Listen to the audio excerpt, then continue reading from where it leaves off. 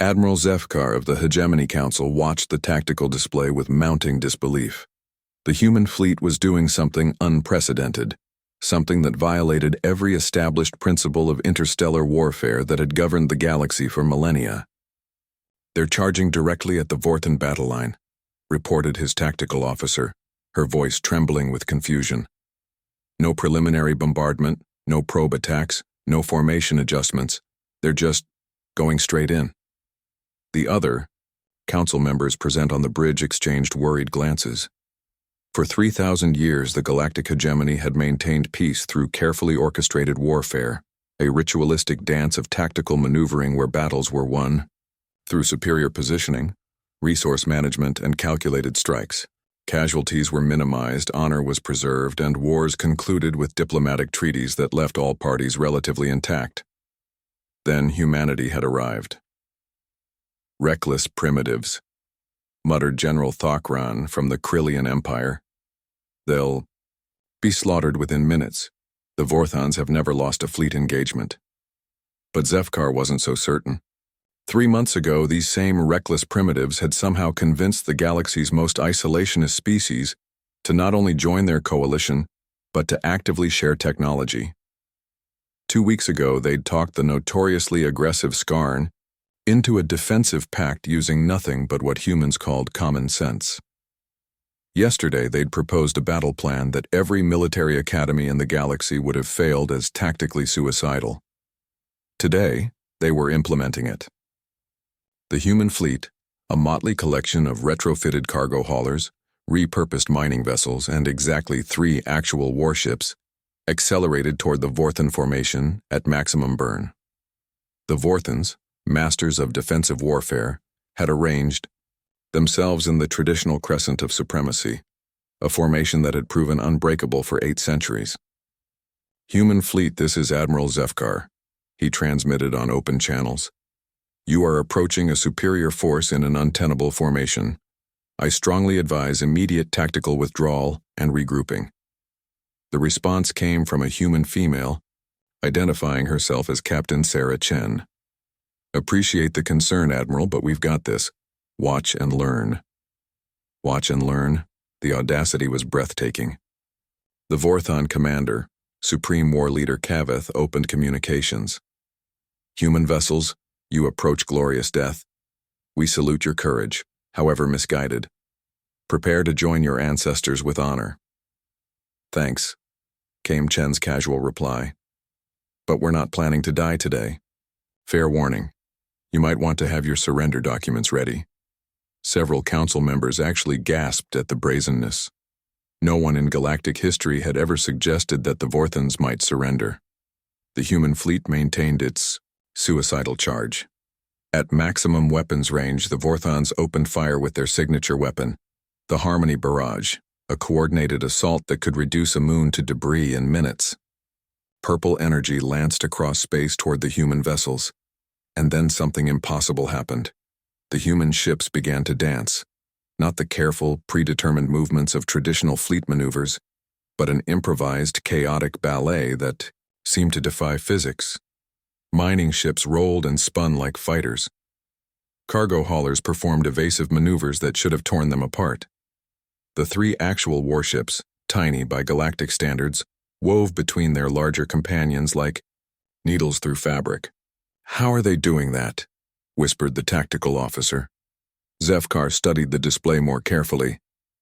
"They've removed the safety limiters from their inertial compensators. They're pulling G-forces that would kill most species.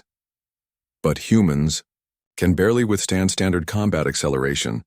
"No," Zefkar realized, his voice filled with growing amazement. "Humans can barely withstand standard combat acceleration without losing consciousness. But they're willing to fight while unconscious." On the display, several human ships had clearly suffered casualties. Their movements were erratic, desperate. Some were even spinning out of control. But they kept fighting. Even the damaged vessels continued their impossible charge, their automatic systems maintaining the attack while their crews recovered from blackouts. The Vorthans, masters of precision, warfare, found their perfect formation disrupted by an enemy that refused to follow any recognizable tactical doctrine. Their Harmony barrage required synchronized timing.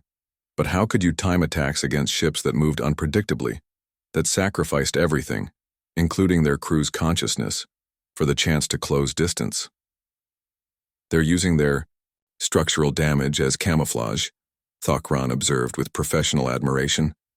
Those aren't random evasions.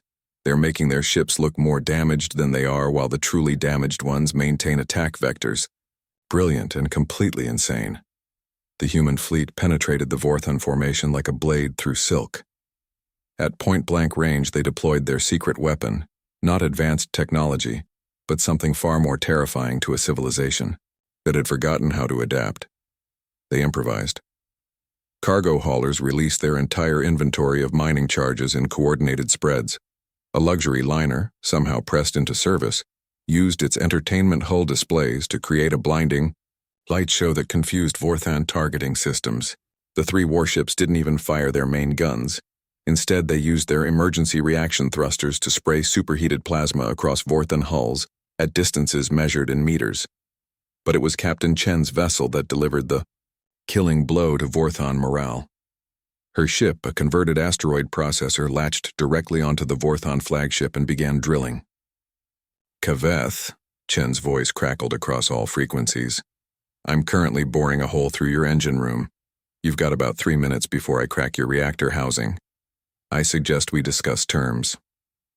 Supreme War Leader Kaveth, veteran of 97 fleet actions, stared at his displays in complete bewilderment.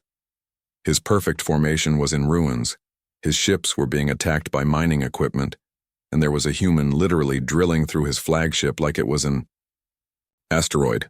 This is... He struggled for words. This is not warfare.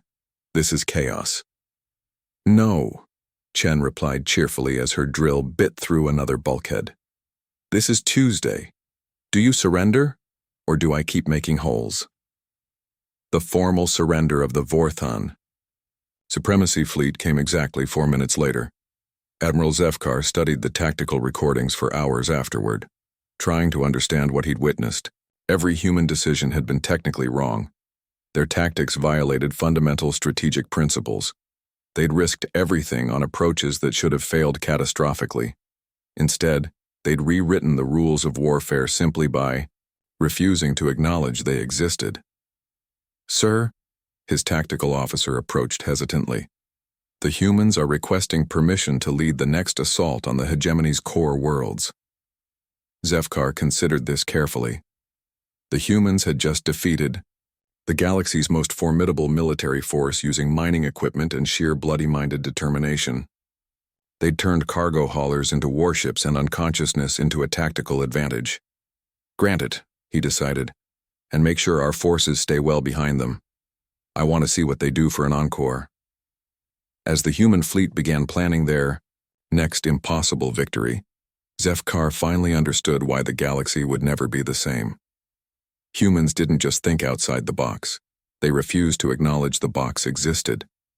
And that, perhaps, was the most terrifying tactical advantage of all.